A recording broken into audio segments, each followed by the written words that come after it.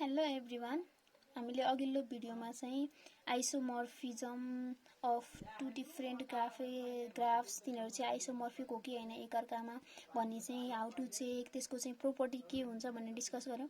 हामीसँग आज चाहिँ आइसोमर्फिजमकै एउटा थ्योरम छ, that is let G1 and G2 be the isomorphic graphs with isomorphism phi.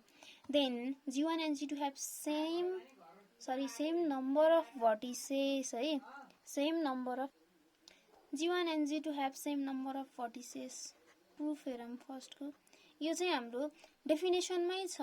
कुनै पनि ग्राफ चाहिँ दुईटा ग्राफ्समै आइसोमर्फिजम हो भने देन तिनीहरुमा सेम नम्बर अफ भर्टिसेस हुन्छ। सो हामीलाई चाहिँ के हुन्छ भने हाम्रो चाहिँ डेफिनेसनमा आइसोमर्फिक हुनको लागि के छ 1 to 1 हुनुपर्छ। सिन्स फाइ भनेको हाम्रो यो म्यापिङ दिएको छ नि आइसोमर्फिजम फाइ चाहिँ हाम्रो के हो भनेको छ म्यापिङ। कुन म्यापिङ हो 1 to 1 mapping. So since phi is an 1 to 1 correspondence then the proof is obvious। Easily first part त प्रुफ किन भयो भने अब 1 to 1 हो भन्ने बित्तिकै त एउटाबाट एउटामा मात्रै जानु पर्यो, इक्वालिटी हुन पर्यो, आइडेन्टिकल एउटा मात्रै भर्टेक्स देखाउन पाइयो हामीले एउटाको। सो जतिवटा भर्टेक्स जीवनमा हुन्छ त्यतिवटैसँग हामीले आइडेन्टिकल देखाउने भयो अर्कोको। एन्ड बी को प्रुफ छ हामीसँग। बीमा के छ G1 and G2 have same number of edges। अब हामीलाई के थाहा छ here each edge UV in E1 is केसँग करेस्पोन्डेन्स हुन्छ भन्ने हामीलाई थाहा छ। करेस्पोन्डेन्स विथ युनिक एज सँग करेस्पोन्डेन्स हुन्छ अर्को ग्राफको पनि। त्यो हामीले के भनिन्छ त्यसलाई चाहिँ फाइ यु फाइ बी। त्यसको चाहिँ म्यापिङको फाइ यु कुन भर्टेक्स हो फाइ बी कुन भर्टेक्स हो त्यही बीचको चाहिँ एज हुने भयो। In which graph E2। So unique सँग चाहिँ करेस्पोन्डिङ हुने भएपछि के भयो यो चाहिँ 22 वर्ष एन्ड 22 वर्ष पनि लेख्न पर्यो हामीले, किनकि यसमा भएको चाहिँ 22 वर्ष लेखेन भने के भयो यसमा भएकोसँग युनिक पनि छ करेस्पोन्डेन्स, त्यो E2 मा चाहिँ एक्स्ट्रा पनि हुन सक्ने भयो नि त करेस्पोन्डेन्स नभएको पनि। सो 22 वर्ष लेखेपछि बोथमा यसमा भएको सबै यसमा युनिक करेस्पोन्डेन्स एन्ड E1 मा भएको पनि सबै E2 मा युनिक करेस्पोन्डेन्स भनेकै के भयो नम्बर अफ एजेस इक्वल हुने भयो। hence it implies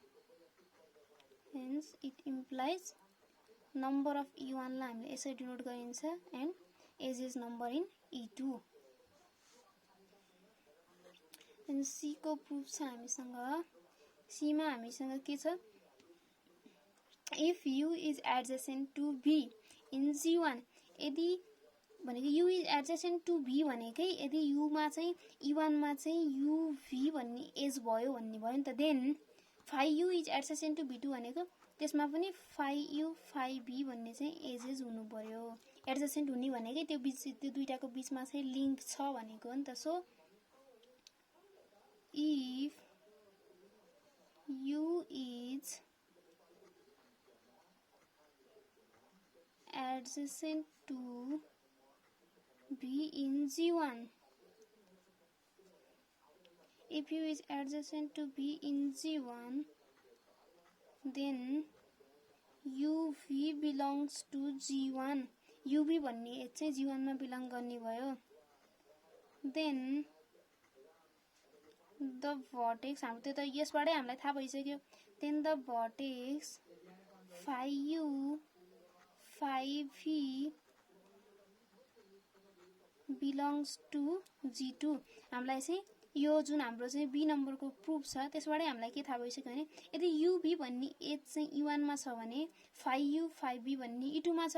UV भनेको एज हुने भनेकै UV सँग करेस्पोन्डेन्स हुने हो and phi U phi B हुने भनेकै फाइ U चाहिँ फाइ B सँग करेस्पोन्डेन्स हुने हो। हामीले सो गर्नुपर्ने के छ phi U is adjacent to phi B सरी एडजसेन्ट हुनु हो। So phi U is so अब हामीले के लेख्न पायो देयरफोर फाइ U is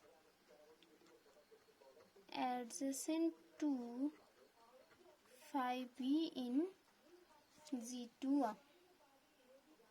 हामीसँग यसकै डीमा एनोदर छ, यहाँ पहिला मैले लेख्न भुलिरहेछु। सो डीमा छ if A has degree K in G1 then phi U has degree K in G2। हामी त डेफिनेसनमा अलरेडी भनिसकेका छौँ कि हामीले डिग्री पनि त्यसको के हुनुपर्छ, इक्वल हुनुपर्छ। दुईटा भर्टेक्सलाई चाहिँ यदि हामीले चाहिँ करेस्पोन्डेन्स मानेको भर्टेक्सहरूको चाहिँ डिग्री जहिले पनि इक्वल हुनुपर्छ। सो अब यसलाई हामीले चाहिँ त्यो प्रुफ गरेर देखाउनु पर्यो।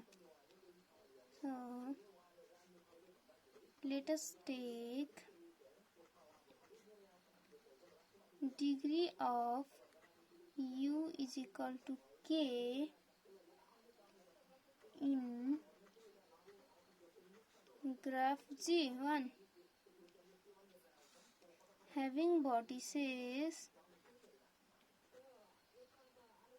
G1 मा कस्तो भर्टेक्सहरु छ, U1 U2 U3 देखि लिएर UK सम्म छ, जुन चाहिँ U सँग एडजेसेन्ट भएको, किनकि यसको त K डिग्री हो। सो K वटा भर्टेक्स चाहिँ के हुने भयो, U सँग एडजेसेन्ट हुने भयो, which are adjacent to U। हामीले चाहिँ कुनै पनि भर्टेक्सको डिग्री कसरी थाहा पाउँछौँ, त्योसँग एडजेसेन्ट भर्टेक्सहरु, त्योसँग एडजेसेन्ट भएको, त्योसँग कनेक्टेड एजहरु चाहिँ काउन्ट गरेर नि। सो हामीसँग K वटा एडजेसेन्ट चाहिँ भर्टिसेस हुन पर्यो। U is equal to K हुनको लागि, U को डिग्री चाहिँ K हुनको लागि। नाउ फ्रम C बाट हामीलाई के थाहा छ, U जतिवटा भर्टेक्ससँग एडजेसेन्ट हुन्छ, फाइ U पनि त्यतिवटै फाइ U1 फाइ U2 फाइ U3 फाइ UK सँग चाहिँ के हुन्छ, एडजेसेन्ट हुन्छ। So the vertex phi U in G2 is adjacent to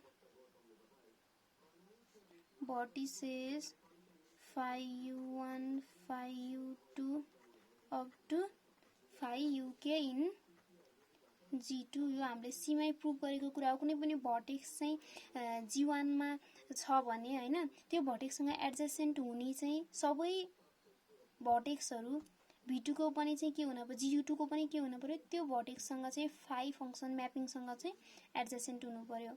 हामीले के भनेको थियो यहाँ, U V सँग एडजेसेन्ट हो भने फाइ U पनि फाइ B सँग एडजेसेन्ट हुन्छ। सो अल फाइहरु चाहिँ के भयो, एडजेसेन्ट भयो। यसले चाहिँ के इम्प्लाई गर्यो, यसबाटै हाम्रो के हुने भयो, त्योसँग एडजेसेन्ट एजहरु इक्वल हुने भयो।